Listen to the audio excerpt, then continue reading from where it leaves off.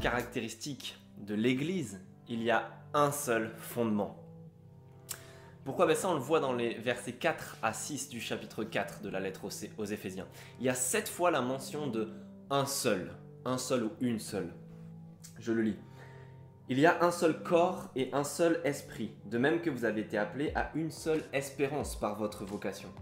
Il y a un seul Seigneur, une seule foi, un seul baptême, un seul Dieu et Père de tous. Il est au-dessus de tous, agit à travers tous et habite en tous. 7 fois un seul ou une seule.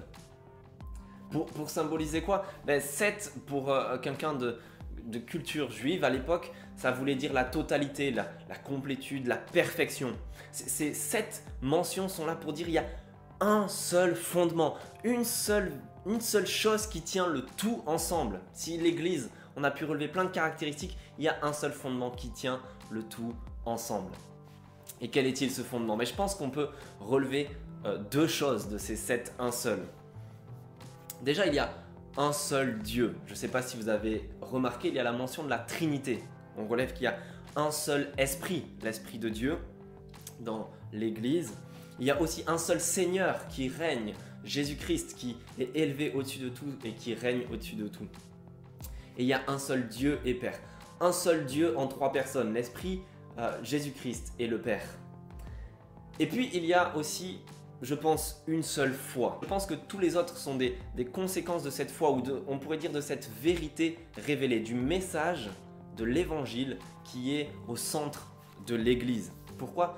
Un seul baptême, une seule vocation, une seule espérance, un seul corps, une seule Église. On pourrait dire donc que l'Église est constituée d'un seul Dieu trinitaire en 3 personnes et d'une seule foi, d'un seul message révélé, l'évangile que Dieu a révélé à l'Église.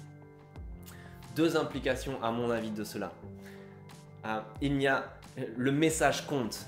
S'aimer comme on l'a vu au début de cette série, oui, mais il n'y a pas que l'amour qui compte. Le message compte.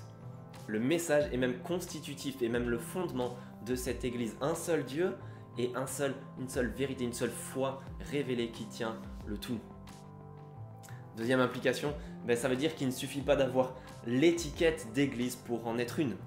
L'église, ce n'est pas une association de personnes qui ont envie de se retrouver pour être bien ensemble, qui ont certaines choses en commun et donc qui font un club, une sorte d'association. Non, c'est l'ensemble de personnes qui sont réunies par une vérité centrale et constitutive, celle du seul Dieu et de cette seule foi révélée.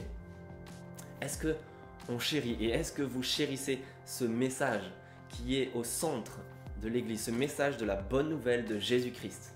Est-ce qu'on le chérit et est-ce qu'on le maintient intact pour que les fondements ne soient pas effrités, pour que les fondements restent solides et tiennent le tout ensemble?